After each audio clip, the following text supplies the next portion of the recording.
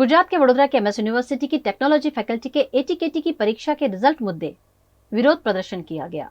गुजरात के वडोदरा के MS university की टेक्नोलॉजी फैकल्टी के एटीकेटी की परीक्षा के रिजल्ट मुद्दे वीवीएस के प्रमुख पार्थ पंड्या की अगुवाई में विद्यार्थी विकास संघ द्वारा एमएससी की हेड ऑफिस के बाहर उग्र आंदोलन करते हुए आवेदन पत्र दिया गया।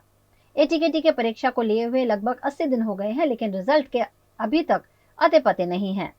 ये रिजल्ट लगभग 45 दिनों में घोषित कर दिया जाता है। रिजल्ट में देरी के चलते छात्रों को परेशानियों का सामना करना पड़ रहा है। छात्रों द्वारा भारी सूत्रोच्चार करते हुए पीआरओ को आवेदन पत्र सौंपा गया।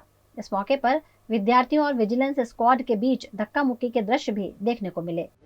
યુનિવર્સિટીની હેડ ઓફિસ ખાતે અમે એના માટે આવેદન આપવા આવ્યા છીએ કે ફાઇનલ યરના વિદ્યાર્થીઓના રિઝલ્ટ અત્યારે આવેલા નથી અને ઉપરાંત એ વિદ્યાર્થીઓ છે એમના પ્લેસમેન્ટમાં કે વિદેશ નથી જઈ શકતા, તો આ યુનિવર્સિટીની 80 દિવસ થઈ ગયા હોવા છતાં રિઝલ્ટ ના આપવી એ ગંભીર ભૂલ છે।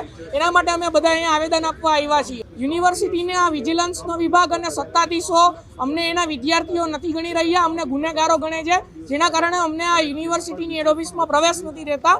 આ એક ખૂબ જ ખરાબ બાબત છે યુનિવર્સિટીના સત્તાધીશોની અને વિજિલન્સ વિભાગની।